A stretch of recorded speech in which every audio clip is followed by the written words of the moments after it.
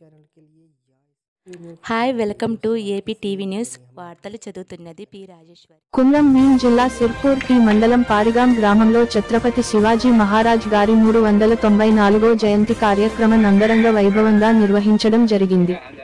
చంకపురే రఘునాథ్ చౌదరి నానాజీ ఎల్ములే మోహన్ మాట్లాడుతూ శివాజీ మహారాజ్ కొందరివాడు కాదు అందరివాడు అని ఆత్మాభిమానానికి నిదర్శనం.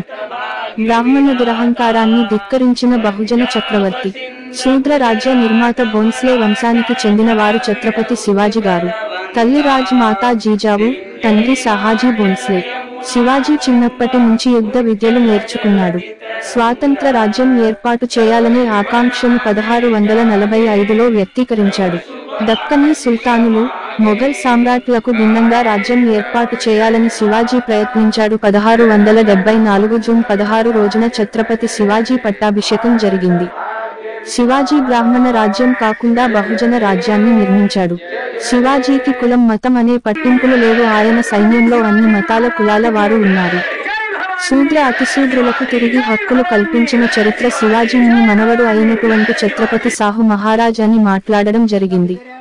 ఈ కార్యక్రమంలో జుంగారే సాయినాథ్, రావుదాస్, చంకపురే, లావణ్య, రాజేంద్ర ప్రసాద్, రేవాజీ, ధన్రాజ్, చౌదరి, దిలీప్, గోద్రే, బబుజీ పటేల్, బోర్కుటే, సకార్ చంద్, జాడి, గిరిధర్, ఎల్ములే, రాజు, గ్రామస్తులు అందరూ పాల్గొన్నారు.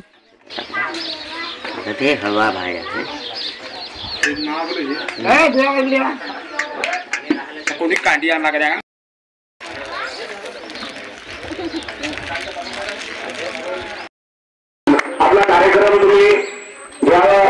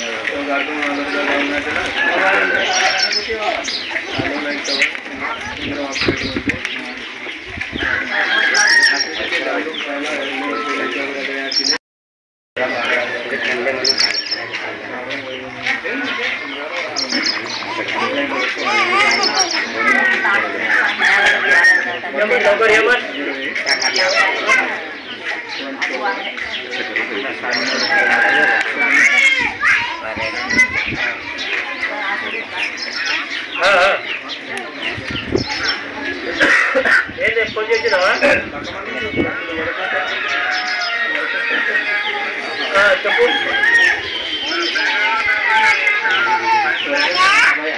ఇవాళ మీరు వస్తారా? ఇవాళ వస్తారా మీరు?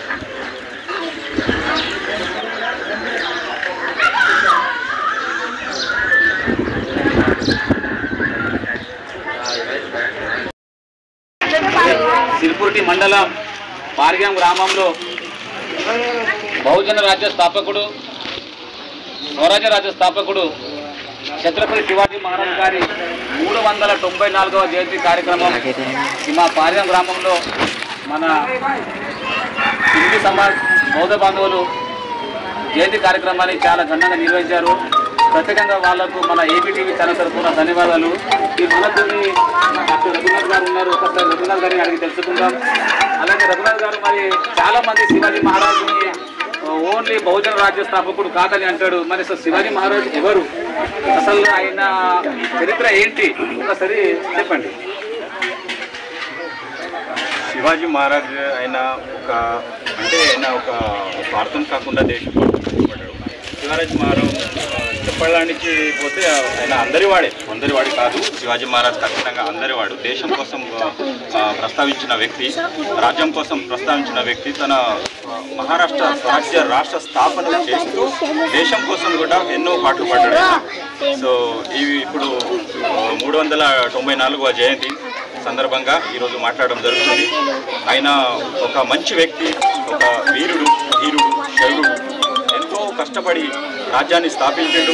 అటువంటి వ్యక్తి యొక్క ఆలోచనలని, విధానాలని మనం మనసులో తీసుకొని అతని యొక్క అడుగుజాడులో నడవాలని, ఆయన ఆశయాలను మనం ఎల్లప్పుడూ గుర్తించాలని, ఆయన అడుగుజాడులో నడుచుకోవాలని నేను విజ్ఞప్తి చేస్తున్నాను అందరికీ.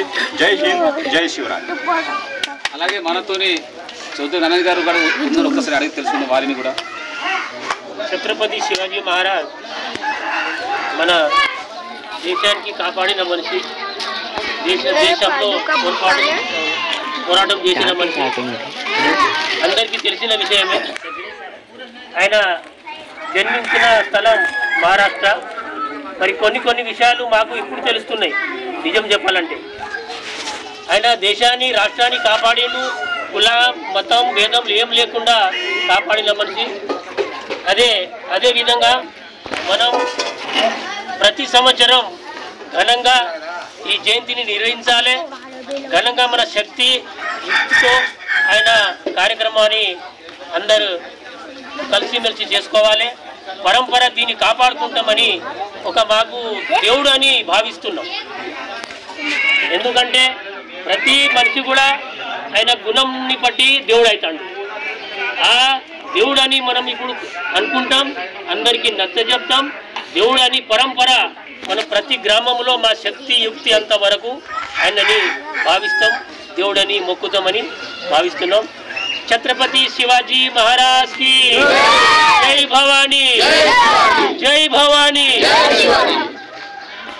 అలాగే మనతోని మోహన్ ఎల్ములే గారు ఉన్నాడు, ఒకసారి వాళ్ళని కూడా అడిగి తెలుసుకుందాం. ఛత్రపతి శివాజీ మహారాజ్ జయంతి మేము అన్ని కుల సంఘాలు కలిసి జరుపుతున్నాము. అలాగే సిర్పూర్ నియోజకవర్గం నుంచి మన ఒక ఎమ్మెల్యే బాలవాయి హరీష్ బాబు ఈ జయంతిని ఇవాళ అసెంబ్లీలో బహిష్కరించి రిక్వెస్ట్ చేసిండు గవర్నమెంట్ని, ఏంటంటే మనకు గవర్నమెంట్ హాలిడే కావాలని. అది మనకు చాలా సంతోషం. గవర్నమెంట్ కూడా దానికి సహకారం చేసి అదే రోజు మనకు సెలవు ప్రకటిస్తే చాలా బాగుంటుందని మేము కోరుకుంటున్నాం. ధన్యవాదాలు.